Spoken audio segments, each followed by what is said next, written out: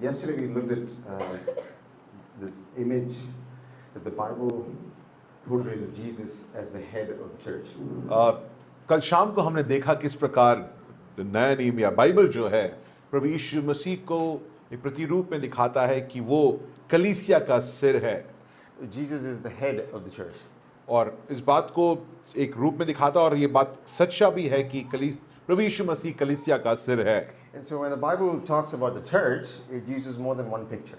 और जब बाइबल जो है कलीसिया के बारे में बताता है तो एक से ज़्यादा चित्र को दिखाता है उसको चित्रीकरण अलग अलग शब्दों के द्वारा करता है The church is a temple where God's Spirit dwells. और वो कहता है कि कलीसिया जो है परमेश्वर का मंदिर है जहाँ पर वो बसता है It's a household where we are all sons and daughters. और एक घराना है जहाँ पर हम और आप उसके बच्चे हैं We are a flock cared by the shepherd. हम एक झुंड है जिसका चरवाहा परमेश्वर प्रभु यीशु मसीह है We are branches that derive life from the vine, Jesus Christ. और हम इस बात को भी देखते हैं कि दाखलता बनकर हम उससे अपने जीवन को पाते हैं Each of these pictures reveals something about who we are as a church.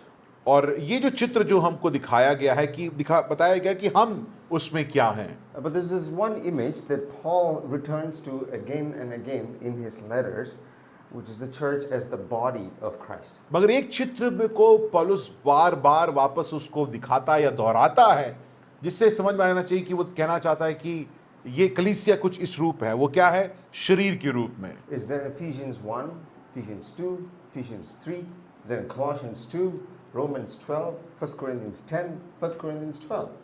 और इफिसियों में है कुलुसियों में है कुरिन्थियों की किताब में इसी उल्लेख को और इसी चित्रीकरण को दिखाया क्या चित्रीकरण है कि प्रभु यीशु मसीह सिर है और हम कलीसिया क्या है उसकी शरीर है Why would Paul use this image for the church?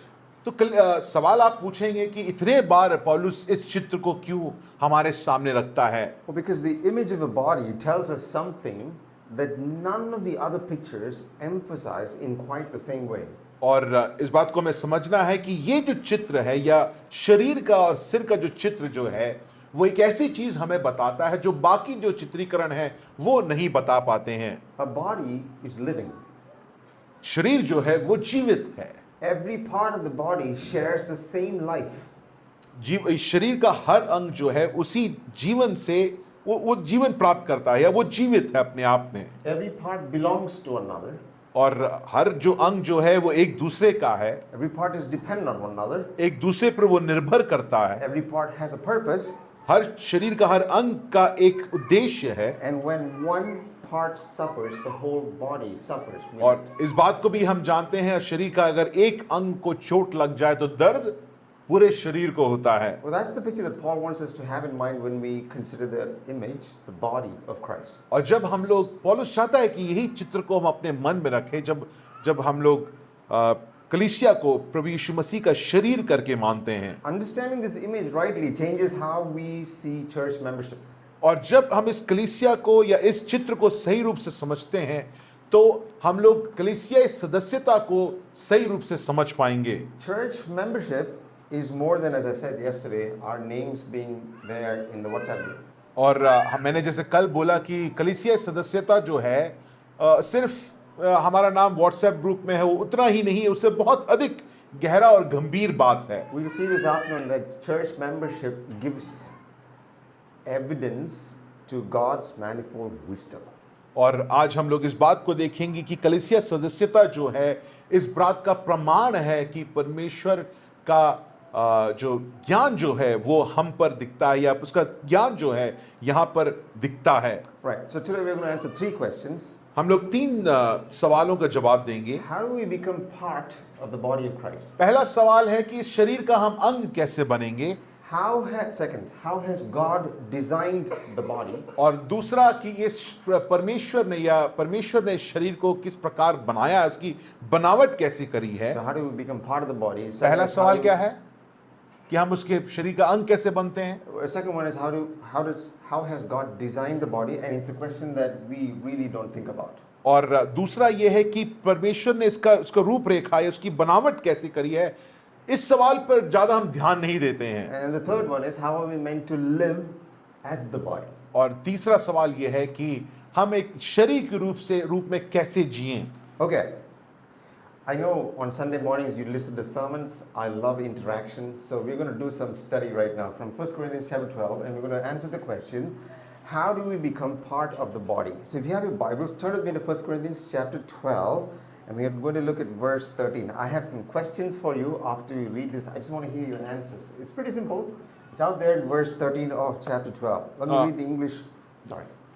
कुछ सवालों को मैं बोलूंगा आपके सामने या पूछूंगा आपसे। हम लोग कौन सी अध्याय देखना चाह रहे हैं? पहला कुरिन्थियों 12वीं अध्याय उसकी 13वीं आयत को मैं अंग्रेजी में पहले पढ़ूंगा, उसके बाद कुछ सवालों को आपके सामने रखूंगा। मैं चाहूंगा कि आप उसका जवाब दें। We're trying to answer the question, how do we become part of the body? और सवाल क्या है कि हम इस शरीर का अंग कैसे बनते हैं? All right, let me read the verse for us. For we were all baptized by one Spirit, or in one Spirit, or with one Spirit, into one body, and we were all given one Spirit to drink. क्योंकि हम सब ने, क्या यहूदी, क्या यूनानी, क्या दास, क्या कोई स्वतंत्र, एक ही आत्मा के द्वारा एक देह होने के लिए बपतिस्मा लिया, और हम सबको एक ही आत्मा पिलाया गया। This is one of the most important verses in this chapter, because here Paul tells us how can we become part of the body of Christ. और ये एक बहुत महत्वपूर्ण आयत है, क्योंकि यहाँ पे पौलुस हमें बताता है कि हम इस शरीर का अंग कैसे बनते हैं। So let's break this verse. इस आयत को और ध्यान से देखें। Look at each expression. इसमें लिखे हुए हर वाक्य को ध्यान से पढ़ें। By one Spirit. पहला क्या है कि एक आत्मा द्वारा। Well, he's not talking about water baptism. He's यहाँ पर talking about something that the Spirit of God does. यहाँ पर पानी के बपतिस्मा के बारे में बात नहीं कर रहा है, यहाँ पर आत्मा के बारे में बात कर रहा है, जो आत्मा करता है। Something has been done by one Spirit. The Spirit has done something. यहाँ पर पहली चीज ध्यान देना है कि आत्मा ने कुछ किया है, आत्मा के द्वारा कुछ चीज हमारे और आपके जीवन में पूर्ण हुआ है। Next expression. दूसरा हम क्या वाक्य देखते We were हैं? all baptized. हम सब बपतिस्मा लिए। Okay, question guys, question. सवाल, Who were baptized?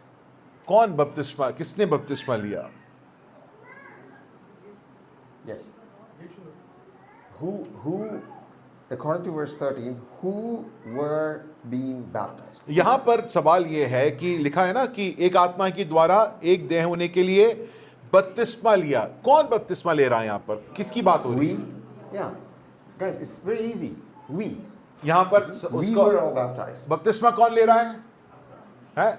हम सब बपतिस्मा ले रहे हैं। Who is the we? यहाँ पर ये हम कौन है? Which church? It's not Christian Believers Fellowship Dwarka. It's another church. Which church is it? When I was baptized, Jesus came here. He did through the Spirit.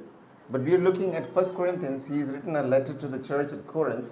Something happened in that church. Or I gave you the answer to the question already. There was a Christian Believers Fellowship in the city of Corinth. He's talking about the people there and Paul. He says we. We were all baptized. यहाँ पर एक संदर्भ को समझिएगा।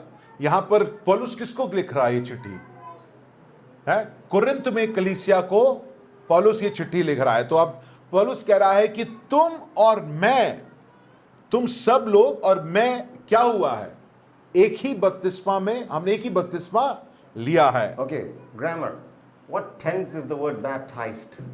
यहाँ पर बपतिस्मा लिया है, कौन सी व्याकरण क्या है उसका? भूतकाल है, वर्तमान काल है? What did you say? You sure? You're doubtful? It is past tense. यहाँ पे क्या है? कौन सा काल है? Past tense. भूतकाल में लिखा Meaning गया it's over. The baptism is over. बपतिस्मा हो चुका है, It's completed. पूर्ण हो चुका है। So the members of the church at Christian Believers Fellowship in Corinth were all baptized. यहाँ पर पहली चीज हमें समझना है, कुरिन्थ में जो कलीसिया थी जिसको पौलुस लिख रहा है, वो उनका बपतिस्मा हो चुका है। Baptized. Let me give another word for baptized, right? Use the word immersion or placed. और All the members of the church at Christian Believers Fellowship in Corinth were immersed somewhere, placed somewhere.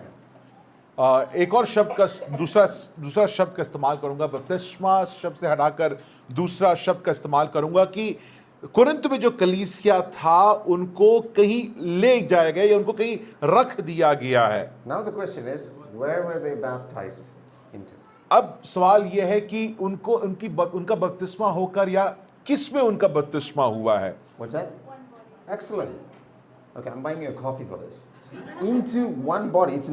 It's in the same verse. We were all baptized into one body. यहां पर क्या लिखा है? बपतिस्मा हुआ है कहां पर, कहां ले जाया गया, बपतिस्मा होकर कहां गए वो, उनका बपतिस्मा कहां को हुआ है? देह को, एक देह में हुआ है। Now, question is, whose body? अब सवाल यह है कि ये देह कौन है? किसका? Don't answer Jesus for every question, guys. Whose body? किसका देह है ये? The answer is not in the verse. When in doubt, open your Bibles. Bible खोले, यहां पर उसका जवाब नहीं है। Look at verse 27. Same chapter. 27वीं आयत को I देखिए। think it's verse 27. Body of Christ. यहां पर उस देह का क्या उत्तर दिया है? पौलुस क्या कहता है? किसका देह? मिलकर मसीह का देह हो। Okay, something has been done by the Spirit of God to some people by placing them, well, something has happened. That is, the Spirit of God placed these people into the body of Christ. यहां पर अगर इसको देखेंगे, इसको सरल शब्दों में अगर बोला जाए, पवित्र आत्मा ने कुछ लोगों को लिया और उन कुछ लोगों को बपतिस्मा देकर एक स्थान में रखा। वो स्थान क्या है? क्या स्थान है वो? प्रभु यीशु मसीह का देह में उनको रखा। So there's been a transfer. एक स्थानांतरीकरण को आप यहां पर देखते Out हैं। of Adam, you learn that in Romans 5 soon. Out of Adam into Christ. आप इस बात को रोमियो 5 में पढ़ेंगे कि आदम से निकालकर अब प्रभु यीशु मसीह में हमारा स्थानांतरीकरण हो चुका है। Out of Adam placed into Christ, and because you are placed into Christ, there's been lots of new relationships. That's what he's saying. और यहां पर कह रहा है क्योंकि तुमको आदम से निकालकर प्रभु यीशु मसीह में रख दिया गया है, तुम्हें वहां पर स्थानांतरीकरण तुम्हारा हो चुका है, इसलिए अब नए नए संबंध तुम्हारे जीवन में उत्पन्न होंगे। So he's brought us from outside the body to inside the body. या अगर दूसरे शब्दों में बोला जाए, हम देह के बाहर थे, अब हमने बपतिस्मा के कारण हमें देह में एक कर दिया गया है, उसमें हमें डाल दिया गया है। Which means becoming a Christian is not simply receiving forgiveness from God, it is actually being brought into a new family, a new people, a new body. इस बात को समझना जरूरी है कि मसीह बनना सिर्फ पापों का माफी नहीं है, मगर यहां पर एक बहुत और बड़ी चीज हो रही है। वो क्या है? पापों के माफी के बाद आप मसीह को पवित्र आत्मा जो है उसके देह में जोड़ता है, उसकी कलीसिया में जोड़ता है, उसके देह में जोड़ता है। This is true of every believer. हर एक विश्वासी के लिए सच्ची बात है। First Christ, पहला प्रभु यीशु मसीह, then a new family. अब एक नई परिवार। If you don't know Christ, you are not part of the body of Christ. प्रिय You Jesus, don't have a new family. इस बात If को you know, sorry. इस बात को समझिए, अगर प्रभु यीशु मसीह नहीं है तो देह भी नहीं है और परिवार भी नहीं है। I forgot what I was going to say. Anyway, this means two things. यहां पर दो चीजें से या दो चीजें निकलती हैं। The moment you're united to Christ, you're united to his body. जिस क्षण आप प्रभु यीशु मसीह के साथ एक हो जाते हैं, उसी क्षण आप उसके देह के साथ भी एक हो जाते हैं। There is no such thing as a Christian who exists outside the body while still belonging to Christ. That's not in the Bible. ऐसी कोई सच्चाई नहीं, ऐसी कोई जगह नहीं है जहां पर एक मसीह कहता है कि मैं प्रभु के साथ एक हूं, मगर वो प्रभु के देह के बाहर कहीं उस अस्तित्व में है या उसका जीवन प्रभु के देह के बाहर है। To be baptized into Christ, to be placed in Christ, is to be joined to his people. प्रिय जीसो, प्रभु यीशु मसीह में रख दिया गया है हमें, उसका मतलब है उसके लोगों के साथ, उसके देह में हमें जोड़ दिया गया है। We don't get him without getting them. हम सिर्फ उसको ही नहीं पाते हैं, हम उसके लोगों को भी पाते हैं। Secondly, दूसरा, there is no such thing as a churchless Christian. और ऐसा ये एक और चीज आप समझिए कि बिना कलीसिया के कोई मसीह नहीं हो सकता है। You can't be outside the body and say you are part of the body. आप- Either you are inside or you're on the outside. प्रिय जीजों, आप ये नहीं कह सकते कि मैं एक मसीह हूं और आप कलीसिया के बाहर अपने जीवन को जीते हैं। या तो आप बाहर हैं और आप मसीह नहीं हैं, या आप मसीह हैं तो आप कलीसिया में हैं। Okay. He concludes this verse by saying, we were all given one spirit to drink. और यहां पर उस आयत को समापन करते हुए वो क्या कहता है? कहता है कि हमें एक आत्मा में पिलाया गया। Okay. This is a beautiful image. एक और सुंदर चित्र को हम देखते हैं। What happens when you drink water? आप जब पानी पीते हैं तो क्या होता है? I don't know what happens, but I know that it goes inside. मुझे क्या क्या होता है मुझे नहीं पता, मगर हम पानी पीते हैं तो पानी अंदर जाता है। It doesn't stay outside, it goes inside. Pani- It becomes a part of me, it refreshes me, and it gives me life from within.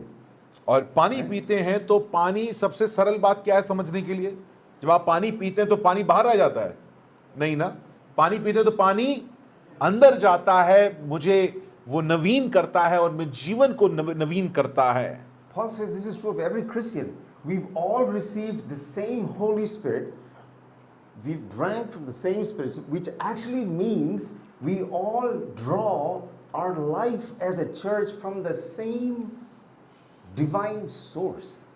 यहां पर पौलुस कहता है कि यही सच्चाई को आप समझिए कि एक ही आत्मा पिलाया गया, या मतलब इसका कहने का मतलब है कि हम एक ही स्रोत से अपने जीवन को पाते हैं। अब वो हमारे अंदर है, वो स्रोत से हम जीवन को पाते हैं। When you come inside the church, our unity is not whether we like vada pav or coffee.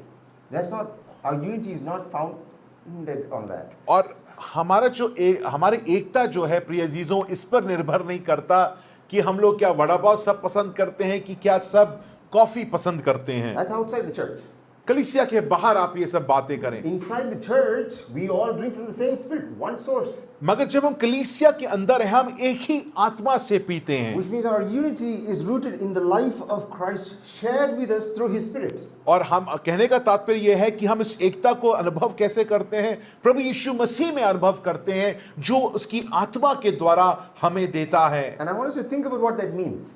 मैं चाहता हूं कि आप ध्यान से समझें इसका मतलब क्या है। It means your relationship with Christ can never be reduced to just me and Jesus. That's not biblical. कहने का तात्पर्य यह है प्रेज़ियो, सच्चाई यह है, इस आयत की सच्चाई यह है, आप ये कभी नहीं कह सकते हैं कि मैं और मेरा प्रभु, उसके आगे मुझे कोई लेना देना नहीं। आप ये नहीं कह सकते हैं कि मैं सिर्फ मसीह जीवन एकांत में जीऊंगा। No, when Christ saves us, He reconciles us to Himself. He also reconciles us to one another. जब प्रभु यीशु मसीह हमें हमारा पाप माफ करता है, वो अपने साथ मेल मिलाप करता है, मगर साथ साथ अपने लोगों के साथ भी मेरा और आपका मेल मिलाप करता है। He doesn't just forgive our sins, He places us into a people. प्रिय चीजों, वो ना ही सिर्फ हमारे पापों को माफ करता है, मगर वो हमको अपने लोगों के साथ जोड़ता है। That changes how we think about the church, because if we're Christians, if we put our faith in Jesus, then we don't simply attend the church, we belong to the church. तो ये जो आयत जो है, हमारी सोच को ये बदल देना चाहिए, क्योंकि अगर हम कहते हैं कि हम मसीह हैं, प्रिय चीजों, हम लोग सिर्फ एक कलीसिया जाएंगे नहीं, मगर वो कलीसिया जो है हमारी खुद की कलीसिया बन जाएगी। We don't merely worship with one another, we belong to one another because we belong to Christ. And we're going to look at this expression in a few minutes, but this is an important aspect of church membership. We actually belong to one another because we belong to Christ. कलीसिया की सदस्यता की एक बहुत महत्वपूर्ण बात यह है कि हम प्रभु यीशु मसीह के कारण हम एक दूसरे के हो जाते हैं। हम आराधना एक साथ नहीं, सिर्फ उतना ही नहीं करते हैं, हम कलीसिया सदस्यता जो है उसमें हम एक दूसरे के हो जाते हैं। You know what that means? That means loving one another, serving one another, encouraging one another, bearing one another's burdens, forgiving one another are not optional extras. They're actually the natural expression of the new life Christ has given us. तो प्रिय चीजों, ये नया जीवन जिसको प्रभु यीशु मसीह ने आपको दिया है और आपको कलीसिया में जोड़ा है, उससे क्या होगा? उससे ये होगा कि आपका जो जीवन जो है वो एक दूसरे में को प्रेम करने में, एक दूसरे की सेवा करने में, एक दूसरे को प्यार करने में, ये आपके लिए विकल्प नहीं होगा। आप ये सारी चीजें करेंगे, ये आपका जीवन बनेगा। Okay, like we normally teach our church as elders, where will you find a Christian? The answer is in the church. हम अपने कलीसिया को ये बार बार सिखाते हैं कि आप एक मसीह को कहाँ पाएंगे, कहाँ ढूंढेंगे। अगर आपको मसीह ढूंढना है तो आप कहाँ ढूंढने जाएंगे उनको? आप एक कलीसिया में, चर्च में आप उनको ढूंढने जाएंगे। Why will he be found in the church? वो Because he's in Christ. वो कलीसिया में क्यों ढूंढने जाएंगे और कलीसिया में क्यों पाएगा? क्योंकि एक मसीह जो है वो प्रभु यीशु मसीह में है और इसलिए वो कलीसिया में है। So what about that person who has been coming to church for 2 months and then now he's not been coming to church for the last 1 year?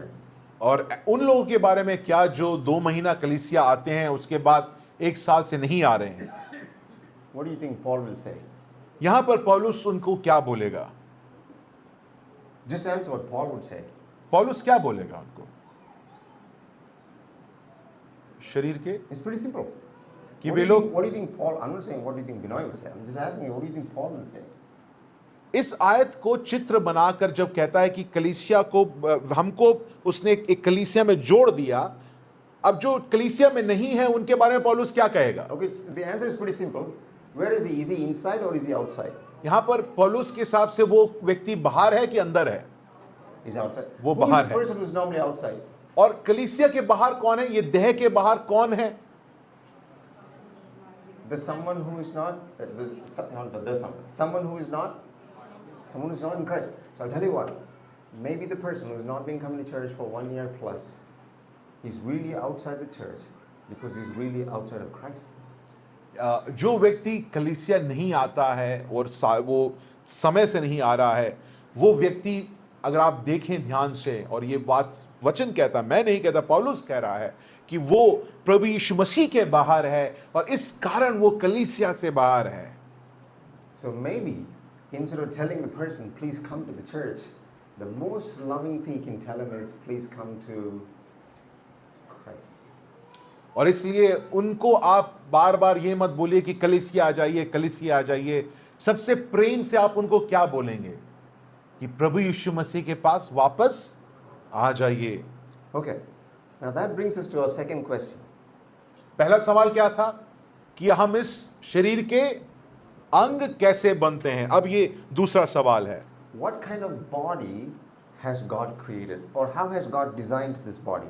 और दूसरा सवाल यह है कि जो दूसरा सवाल पर आप भी हम जो ध्यान देंगे कि परमेश्वर ने इस शरीर का निर्माण किस प्रकार किया, इसकी रूपरेखा कैसा है। All right, we're going to look at verses 14 to 20 and some of the verses in that section. और 14 से लेकर 20वीं आयत में हम देखेंगे, कुछ और आयतों को भी बीच में देखेंगे। Paul has told us how can we become part of the body.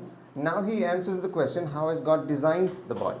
हमने पहले देखा कि पौलुस ने उत्तर दिया है कि हम कलीसिया के अंग कैसे बनेंगे। अब यहाँ पर पौलुस कहता है कि ये जो शरीर है ये दिखता कैसे है, इसकी रचना कैसी है। Okay.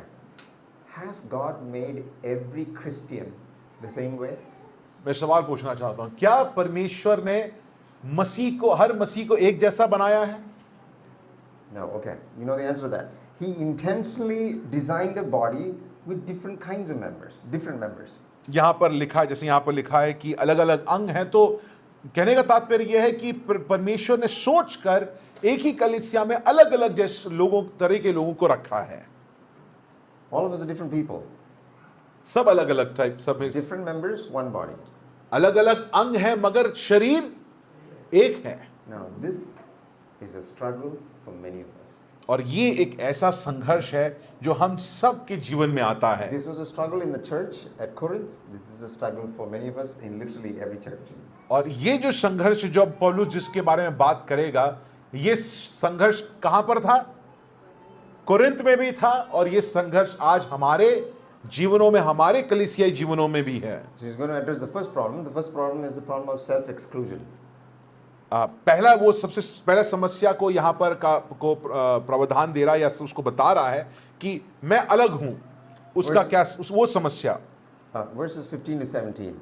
Now Paul imagines a conversation. He says the foot says, because I'm not a hand, I don't belong to the body.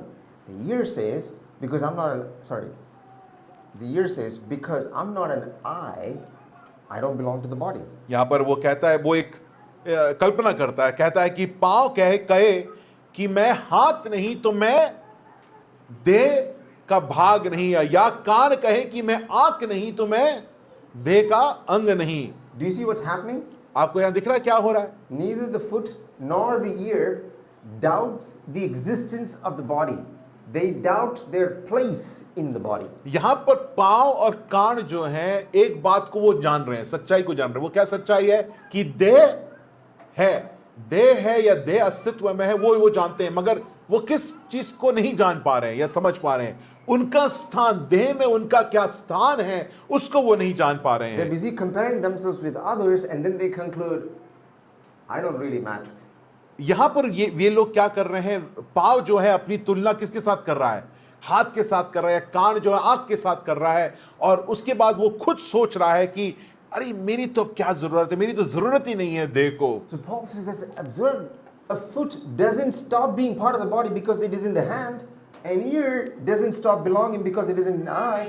God never intended every member to look the same or do the same thing. यहां पर पौलुस कहता है कि ऐसे तुम कैसी बातें कर रहे हो? पांव जो है, जो जिस काम के लिए बनाया गया था उसी काम को उसको करना है। कान को वही काम करना है जिसके लिए वो बनाया गया था, वो अलग काम नहीं कर सकता है। The same temptation appears today too. प्रिय अजीजों, आज भी यही प्रलोभन जो है हमारे जीवन में भी आता है। I'm not a preacher, so I'm not important. तो आप बोलेंगे अरे मैं प्रचार नहीं कर पाता हूं तो मेरी कोई महत्वपूर्णता नहीं है कलीसिया में। I don't lead publicly on Sunday, so I'm not that important. I don't matter. Sunday को मुझे पुलपिट यहाँ पर आकर मैं अगुवाई नहीं कर पाता हूं तो इसलिए मैं महत्वपूर्ण नहीं हूं। I'm just a homemaker. I'm just a student. I'm a very old person. I'm not that valuable. I don't matter. मैं घर का काम देख रेख करता हूं या करती हूं, या मैं एक स्टूडेंट हूं, या मैं एक वृद्ध अवस्था में हूं, और मेरा होना ना होना एक ही बात है, उसका कोई महत्व नहीं You see, है। comparison quietly convinces us that someone else's role matters more than ours. प्रिय चीजों, जब आप तुलना करते हैं तो आप इस बात को मानना शुरू कर देते हैं कि दूसरे की जो सेवकाई है वो आपसे महत्वपूर्ण है। And pretty soon we'll be sitting on the sidelines. और जैसे आप ये तुलना करने लगेंगे तो आप अपने आप को कलीसिया से बाहर या कलीसिया में बिल्कुल अलग हो जाएंगे। Not because Christ has excluded us, but because we've excluded ourselves from the body. इसलिए नहीं कि प्रभु यीशु मसीह ने आपको अलग कर दिया, मगर आपने खुद ये सोच बनाकर अपने आप को अलग कर दिया है। You know what Paul says? There's nothing humble about that. पौलुस कहता है कि ये कोई दीनता की बात नहीं Do है। you know why? क्यों? Because it's a rejection of God's design. वो पौलुस कहता है कि तुम ऐसे जब सोचते हो तो परमेश्वर की जो रचना है उसको तुम ठुकरा रहे हो। What is God's design? परमेश्वर की क्या रचना है? How did God design the church? परमेश्वर ने कलीसिया की रचना कैसे करी है? Design the body, sorry. Design the body. Verse 18. 18वीं आयत, परंतु सचमुच परमेश्वर ने अंगों को अपनी इच्छा के अनुसार एक एक करके देह में रखा है। Okay, question time. सवाल का समय। What has God done according to verse 18? 18वीं आयत के हिसाब से, सब 18वीं आयत देख पा रहे हैं? 18वीं आयत के हिसाब से परमेश्वर ने क्या किया है? God arranged, परमेश्वर ने एक एक करके देह में रखा है। He chose, just as He chose. Okay, excellent observation. Which actually means your placement in the body is God's sovereign choice. प्रिय चीजों, 18वीं आयत से हम क्या समझते हैं? आप एक कलीसिया में क्या कर रहे हैं? आपका जो किरदार जो है वो परमेश्वर ने अपनी सार्वभौमता के अनुसार तय करा करके आपको इस कलीसिया में रखा है। You're not here by accident. आप यहां पर अपने आप अचानक कहीं से नहीं पहुंच गए हैं। You're not here because you happened to find a church you liked. आप यहां पर इसलिए भी नहीं है क्योंकि आपने एक कलीसिया जो आपको पसंद आया उसके कारण आप यहां पर आए हैं। God has been at work, and according to Paul, He has placed you here on purpose. प्रिय चीजों, पौलुस कहता है परमेश्वर आपके जीवन में कार्यरत है और उसके उद्देश्य अनुसार परमेश्वर ने आपको इस कलीसिया में रखा है। So to withdraw yourselves from the body is to resist God's sovereign choice. और इसलिए अपने आप को कलीसिया से दूर करना, क्या करना है? परमेश्वर के उद्देश्य से अपने आप को दूर करना है। Okay, there's an interesting thing about this verse now. एक बहुत ही रोचक बात है इस आयत में। God is the one who chose the members of the body. परमेश्वर है जिसने कलीसिया के अंगों को चुना है। Secondly, दूसरा, the people around you are also God's choice. जो लोग आपके साथ हैं वो भी परमेश्वर के चुने हुए लोग हैं। उनका जो किरदार है परमेश्वर का चुना हुआ है। It says, but as it is, God arranged the members, every single one of them was his choice. 18वीं आयत में क्या लिखा है? परंतु सचमुच परमेश्वर ने अंग लिखा है। क्या लिखा है? बहुवचन में है। क्या है? अंगों को, मतलब आप ही नहीं मगर आपके साथ बैठे हुए व्यक्ति का भी जो किरदार है, जो वो उसको निभाना है, वो परमेश्वर ने तय किया है। God didn't just choose you, he chose them too. प्रिय अजीजों, परमेश्वर ने सिर्फ आपको ही नहीं मगर आपके साथ जो बैठा है उसको भी चुना है। Okay. Which means उसका क्या मतलब है? the people who encourage you, जो लोग आपको प्रोत्साहित करते हैं, the people who frustrate you, जो लोग आपको परेशान करते हैं, the people who irritate you, जो लोग आपको चिढ़ाते हैं, the people who are nothing like you, और लोग जो आपकी तरह सोचते नहीं, आपकी तरह दिखते नहीं हैं, none of them are obstacles to church life. प्रिय चीजों, वे कोई भी बाधाएं नहीं हैं आपकी कलीसियाई जीवन के लिए। They are part of how God shapes you and through the body displays his wisdom. प्रिय चीजों, परमेश्वर उनको इस्तेमाल करता है कि वो आपको भी ढाले, जिससे कि आप सबके द्वारा परमेश्वर अपनी ज्ञान को इस संसार में प्रकट कर पाए। Okay, one more expression in verse 18. 18वीं आयत में एक और वाक्य को हम देखेंगे। God's choice, परमेश्वर का चुनना, God's choice of members. परमेश्वर के जो लोगों ने चुना, उसके अंगों को चुना, Then he says members of the body, each one of them. और एक एक करके, Not just the visible members, the people you see here in the front, not just the gifted members, not just the leaders, every single member has been intentionally placed by God in the body. प्रिय अजीजों, यहां पर जब आखिरी car में जब लिखता अपनी इच्छा के अनुसार एक एक करके देह में रखा है। यहां पर सामने खड़े होकर जो अगुवाई करते हैं, जो प्रचार करते हैं, उनको ही नहीं, यहां पर बैठे हर एक सदस्य को किसने चुना है? परमेश्वर ने चुना है। किसने किरदार दिया है उनको? परमेश्वर ने दिया है। You know what? That means you don't have to become someone else in order to be useful in the church. प्रिय यीशु, इसका मतलब क्या है? आपको किसी और कोई और सेवकाई नहीं करनी है, किसी और का किरदार नहीं निभाना है, अगर आपको अपने आप को महत्वपूर्ण करके दिखाना है। Which actually means if you and I are going to value God's choice, we will commit ourselves to the body he has placed us in. कहने का तात्पर्य यह है प्रिय अजीजों, अगर आप परमेश्वर की चुनने को अगर आप महत्वपूर्ण मानते हैं तो आप क्या करेंगे? आप जैसे हैं वैसे अपने आप को कलीसियाई जीवन में सौंप देंगे। आप अपने आप को एक दूसरे के लिए सौंप देंगे। If God chose your place in this body, then your commitment is not optional, it's obedience. प्रिय अजीजों, जब अगर परमेश्वर ने आपको इस कलीसिया में रखा है, आपका समर्पण आपके लिए विकल्प नहीं है। आपका समर्पण परमेश्वर की तरफ आज्ञाकारिता को दिखाता है। You know, it's also encouraging because your small, unseen faithfulness matters more than you think. प्रिय जीसो, अगर आप अपने आप को अब छोटा मानते हैं, अगर इस बात को याद रखिए, आपकी छोटी सी छोटी विश्वास योग्यता जो है उसको परमेश्वर देखता है और वो परमेश्वर के काम के लिए महत्वपूर्ण है। That's what Paul has been saying. The body does not depend on spectacular gifts, it depends on faithful parts. और यहाँ पर इस बात को कहता है कि एक शरीर को उसको बहुत अच्छा वरदान मिला है, उसमें वो बड़ी बात नहीं है, मगर हर एक अंग अपने काम को पूर्ण करता है, उसमें शरीर अपने बेहतर होता है या उसमें शरीर बन के दिखता है। So coming here at 9:30 in the morning to arrange the chairs which no one sees is part of this. अगर यहाँ पर अगर आकर आप चेयरों को लगा रहे हैं तो वो काम यहाँ पर लिखा गया है। प्रिय अजीजों, Calling a person you didn't see on a Sunday morning and finding out, hey, what happened? I didn't see you at church today. It's part of this. आप किसी को जो कोई आया नहीं है उसको आप फोन करते हैं कि भाई आप या बहन आप नहीं आए, वो काम यहाँ पर लिखा गया है। Going to a family member's house because you hear that there's a marriage struggle and no one knows about it is part of this.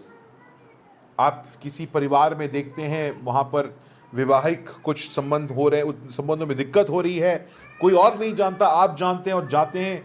प्रिय अजीजों, वो एक छोटा काम है जो परमेश्वर महान मानता है। They're unseen by the many. प्रिय अजीजों, ये काम जब आप करते हैं, जब आप यहाँ पर चेयर लगा रहे हैं या लोगों के घर जा रहे हैं, कोई नहीं देखता है, But small faithfulness matters. मगर छोटी बातों में विश्वासयोग्यता महत्वपूर्ण है और उसका बहुत फर्क पड़ता है। All right, now we answer the third question.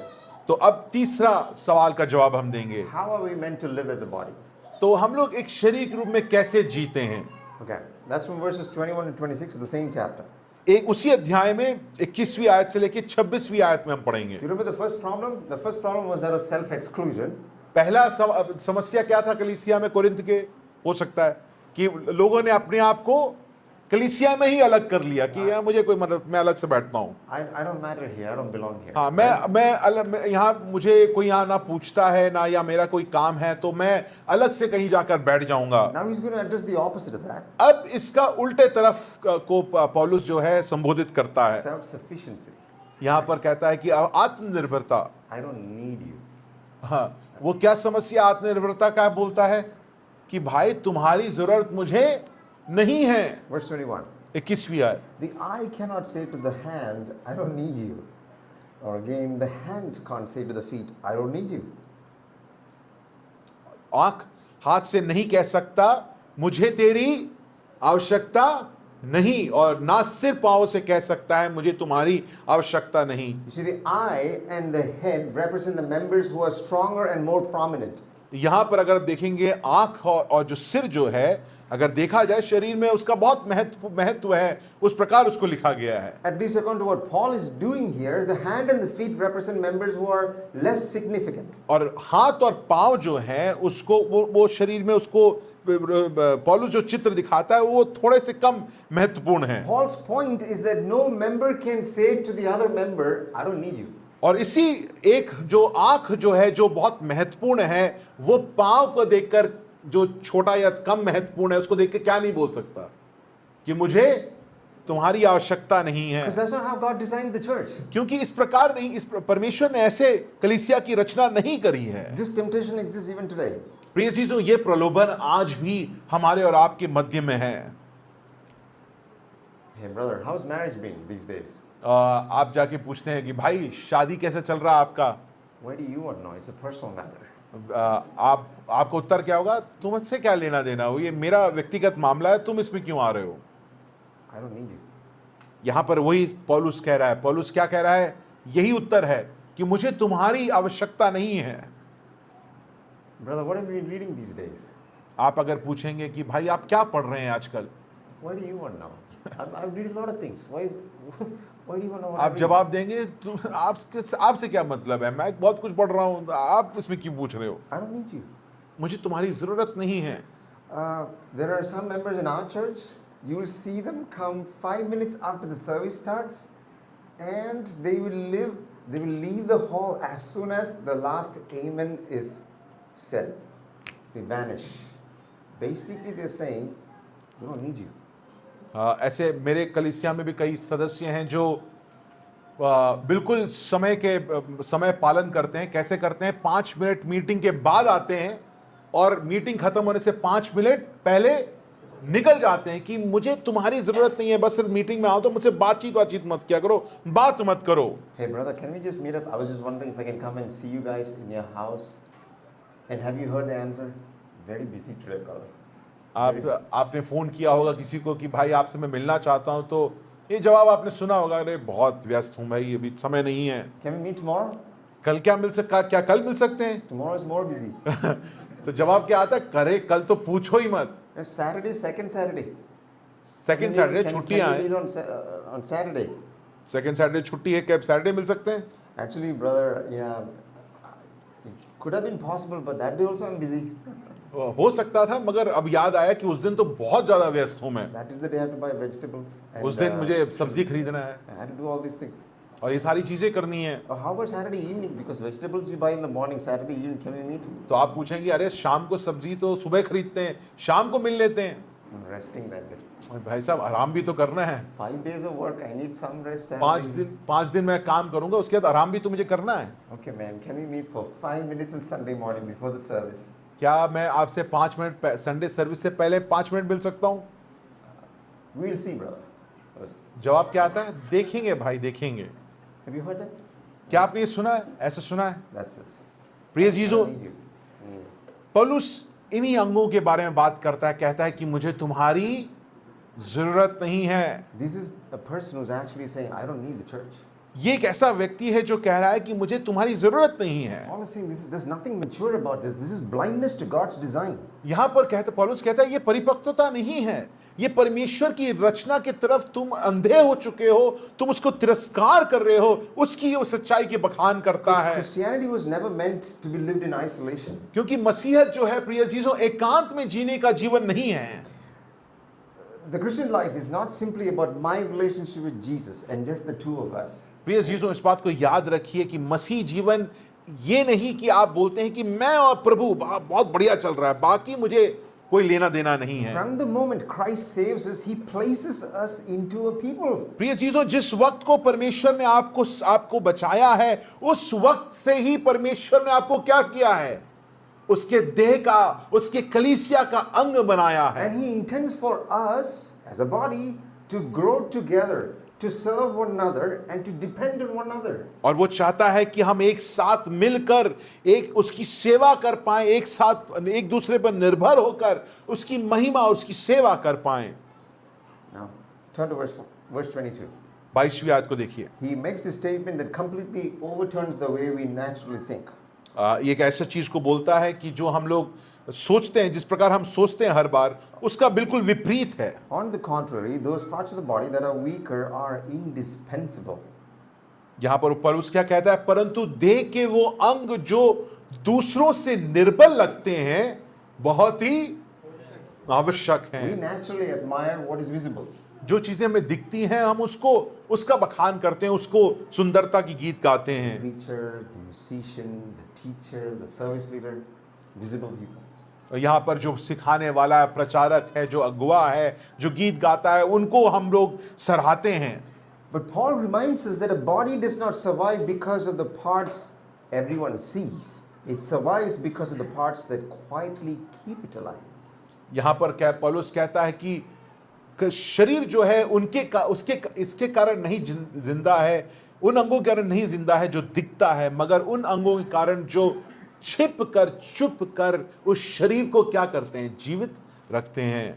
I mean, think of your own body. How many of you thought about your lungs today? आप अपने शरीर के बारे में सोचिए कि आप में से कितने लोगों ने अपने फेफड़ों के बारे में सोचा है? Anyone thought about your kidneys? I didn't. I don't think most of us. गुर्दों के बारे में आज सुबह उठकर किसने सोचा कि आज थोड़ी सफाई करनी चाहिए? These are all parts of the body that are hidden from our view. प्रिय चीजों, हमें फेफड़ा या गुर्दा ये नई चीजें दिखती नहीं है No one applauds them. और उनको कोई सराहता नहीं है। Yet you remove one of them and the whole body suffers. आप उसमें से एक चीज अगर अपने अंदरूनी अंगों का एक अंग आपने हटा दिया ना, आपका जीवन बदल जाता है। Their value is not determined by their visibility but by their necessity and what they contribute to the body. प्रिय चीजों, उनका महत्व वो जो दिखता है उससे नहीं होता, मगर वो जो करते हैं उससे उसका महत्व आता है। So the same is true of Christ's church. Some of the most important ministries are rarely seen.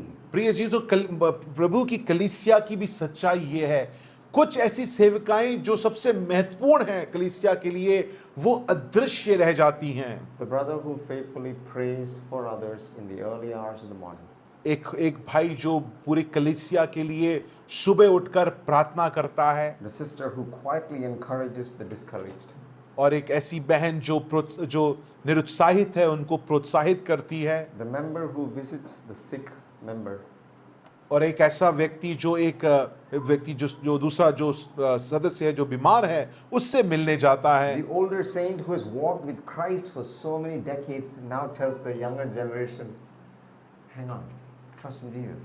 जो वृद्ध अवस्था में हैं, जो परमेश्वर के साथ बहुत साल चल चुके हैं, वो जवान लोगों को मिलकर कहते हैं कि थामे रहो, परमेश्वर तुम्हारे साथ है, तुम्हें लेकर चलेगा। Members who consistently welcome newcomers or prepare meals for those who are in need. और वो सदस्य जो नए जो आते हैं उनको आमंत्रित करता है, या वे जो लोगों के लिए खाना बना कर देते हैं। Abby, when you said thanks, you didn't mention any of these things. अभी And that's okay. That's perfectly okay. अगले बार अच्छा रिपोर्ट पढ़ना, इन सारी चीज Right? इन सारी सेवकाओं के बारे में कोई धन्यवाद नहीं हुआ। These kind of things don't get public recognition. प्रिय चीजों, ये सारी चीजें जो अदृश्य हैं उनको कोई देखता नहीं, सराहता नहीं, कोई उनके लिए तालियां नहीं पीटता है, But Christ sees them and uses them.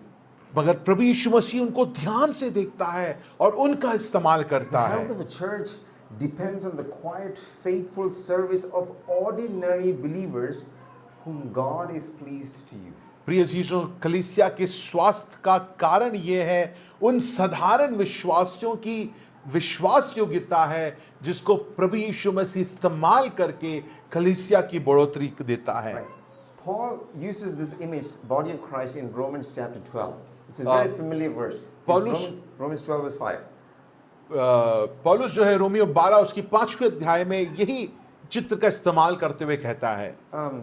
Very simple verse, but a very hard verse. बहुत ही साधारण सा एक आयत है, मगर बहुत जटिल आयत है। Listen to what he says. So we, though many, are one body in Christ and individually members of one another.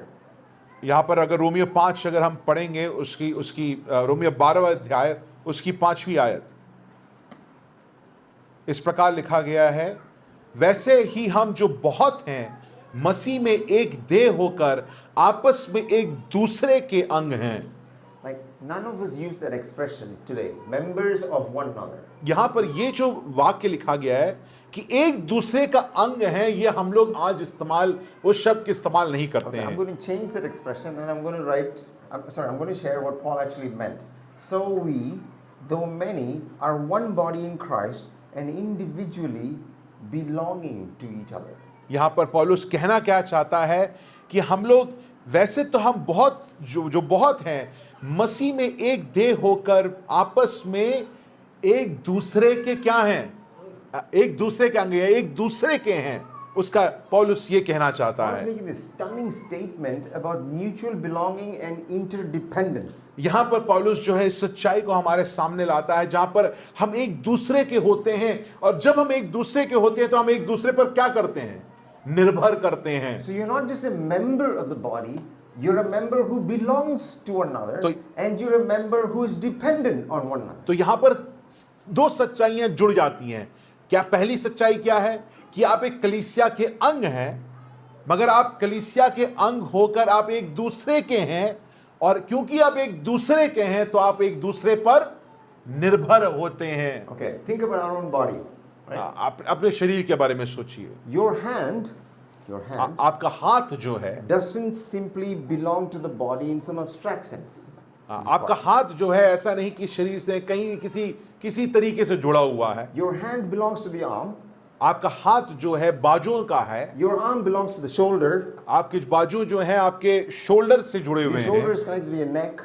और आपका जो शोल्डर जो है गर्दन से जुड़ा हुआ है। And each of these parts belong to the others and depend on other parts. तो ये जो एक एक कर आप देखेंगे कि बाजुएं जो हैं वो कंधे से गर्दन जुड़े हुए हैं, उस प्रकार जुड़ा हुआ है। So if the shoulder is injured, तो अगर आपका कंधा में आपको चोट लग गई हो the arm suffers. तो आप ये बोलेंगे कि आपका हाथ ठीक चल रहा है। If the arm cannot function, और अगर आप बाजू में अगर आपको चोट लग गया है the hand cannot do its तो work. आपकी हथेली जो है वो काम नहीं करेंगी। Why?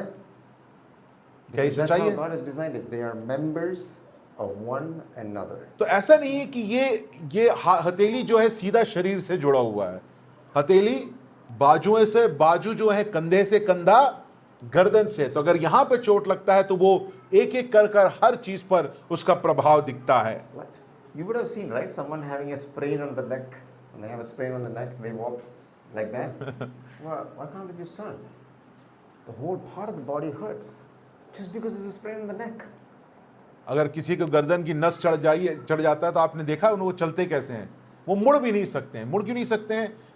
नस चढ़ी हुई है गर्दन की, हाथ तो चला, मगर शरीर में, पूर्ण शरीर में उसका दर्द आ And जाता this है। is Paul's point. Like the members of the body, we also belong to one another. प्रिय चीजों, यहाँ पर पौलुस यही कहता है कि जैसे शरीर का अंग एक से जुड़ा हुआ है, उसी प्रकार हम और आप एक दूसरे के साथ जुड़े हुए हैं। That means my life affects your life. कहने का तात्पर्य यह है कि मेरा जीवन जो है आपके जीवन को प्रभावित करता है। And your life affects mine. दूसरा तरीके से देखा, आपका जीवन मेरे जीवन को प्रभावित Your करता है। faithfulness strengthens me. आपका विश्वास योग्यता है मुझे सामर्थ्य देता है। My prayers encourage you. मेरी प्रार्थना आपको प्रोत्साहित करता Your है। suffering becomes my concern. आपकी जो दुख जो है उसके बारे में मैं चिंतित हूं। Your joy becomes my joy. आपका आनंद मेरा आनंद बन जाता God है। has so designed our lives together that none of us can flourish apart from each other. प्रिय चीजों, परमेश्वर का निर्माण है ये, परमेश्वर की रचना है ये। आप कभी भी ये मत सोचिए कि ये इस एकांत में आप वृद्धि को पाएंगे, आप नहीं पा पाएंगे। परमेश्वर की रचना है कि हम एक साथ मिलकर ही आगे बढ़ें। You are the body of Christ. प्रिय अजीजों, आप प्रभु यीशु मसीह की कलीसिया के अंग शरीर हैं। You don't have to become the body of Christ. आपको ये शरीर बनना नहीं है, You are. आपको बनाया गया, आप शरीर हैं। So CBF, let me encourage you to reject both these lies. The lies that say, I don't belong, and the lie that says, I don't need anyone. प्रिय जीरो, सीबीएफ द्वारका, मैं आपको और हमारे साथ जो अतिथि जो जुड़े हुए हैं, मैं चाहता हूं कि आप इस दोनों झूठ को से दूर हो जाएं। पहला झूठ क्या है कि मेरा कोई महत्व नहीं है, मेरा कोई महत्व नहीं है। दूसरा क्या झूठ है कि मुझे तुम्हारी जरूरत नहीं है। Embrace God's design for the church. प्रिय चीजों, कलीसिया का, परमेश्वर का जो निर्माण है, रचना है, उसको माने, उसको अपनाएं। Every member belongs. हर सदस्य जो है एक दूसरे का है। Every member is indispensable. हर व्यक्ति, हर सदस्य जो है वो निकल नहीं सकता है, उसकी जरूरत है। Every member needs the other.